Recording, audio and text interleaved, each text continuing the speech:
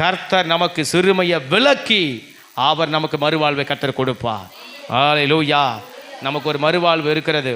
என் வாழ்க்கை இவ்வளோதான் அப்படி நினைக்கக்கூடாது. ஆமென். நான் இருக்கிறத விட செத்து போகலாம் நினைக்கக்கூடாது.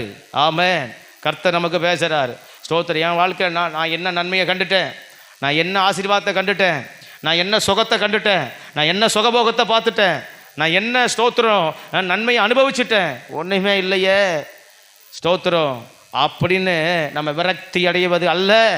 ஸ்தோத்திரம். ஆண்டவர் நமக்கு ஸ்தோத்திரம் அந்த விரக்தி, அந்த வெறுப்பு, அந்த சலிப்பு, அந்த ஸ்தோத்திர சஞ்சலத்துக்கு தான் ஆண்டவர் ஸ்தோத்திரம் சொல்லுகிறார், உனக்கு மறுவாழ்வை கொடுப்பேன். ஆமென். ஹல்லேலூயா. சத்துருக்களை விலக்கி கர்த்தர் மறுவாழ்வை கொடுப்பார். தீங்குகளை விலக்கி கர்த்தர் மறுவாழ்வை கொடுப்பார். சிறுமையை விலக்கி கர்த்தர் மறுவாழ்வை கொடுப்பார். எப்படி கொடுப்பார்? பூமியில் உள்ள எல்லா ஜனங்களுக்குள்ளோ அவர் நம்மை கீர்த்தியும் புகழ்ச்சியுமாக வைக்கிற ஒரு மறுவாழ்வை கர்த்தர் கொடுப்பார். கரங்களை தட்டி கர்த்தரை மகிமைப்படுத்துவோம். அல்லேலூயா. ஆமென். ஒரு மறுவாழ்வு நமக்கு உண்டு. ஸ்தோத்திரம். அவர் நல்லா இருக்கிறார், இவர் நல்லா இருக்கிறார், நான் நல்லா இல்லை. ஸ்தோத்திரம். இந்த ரெண்டு பேரை காட்டில நம்ம நல்லா இருப்போம். அல்லேலூயா. ஸ்தோத்திரம். நீ நல்லாவே இருக்க மாட்டேன்னு சொன்ன ஆளுக்கு முன்னாடியும் சரி, அதை ஸ்தோத்திரம் சொன்ன ஆள் முன்னாடியும் சரி, அதை பார்த்த ஆள் முன்னாடியும் சரி, கேட்ட ஆள் முன்னாடியும் சரி, இந்த 3 பேருக்கு முன்னாடியே கர்த்தர் நம்மளை உயர்வாக தான் வைப்பார். ஆமென்.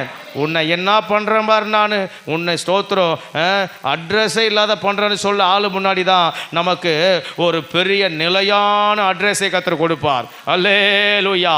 ஸ்தோத்திரம். அப்படி கர்த்தர் நமக்கு ஒரு மறுவாழ்வை கொடுத்து நம்மை தேவன் ஆசீர்வதிப்பார். ஆமென்.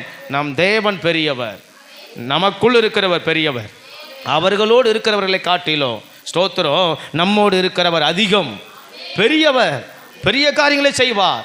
அவர் அற்புதங்களை செய்வார். நம்ம நினைப்பதை விட செய்வார், வேண்டுவதை விட செய்வார், நம்ம எதிர்பார்ப்பை விட செய்வார், நம்ம நினைத்ததை விட செய்வார். நம்ம கண்ணீருக்கு அவர் பலன் கொடுக்காத போகவே மாட்டார். ஆமென்.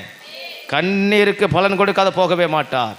மறுவாழ்வு நமக்கு உண்டாகும், மறு ஜீவியம் நமக்கு உண்டாகும், மறு சரீரம் நமக்கு உண்டாகும், மறு மதிப்பு நமக்கு உண்டாகும், மறு கணம் நமக்கு உண்டாகும், மறு உயர்வு நமக்கு உண்டாகும். இழந்ததை மறுபடியும் பெறுகிறது மட்டுமல்ல, அதில் இன்னும் ஒரு உயர்வும் மகிமையும் நமக்கு கர்த்தர் கிடைக்க பெற செய்வார்.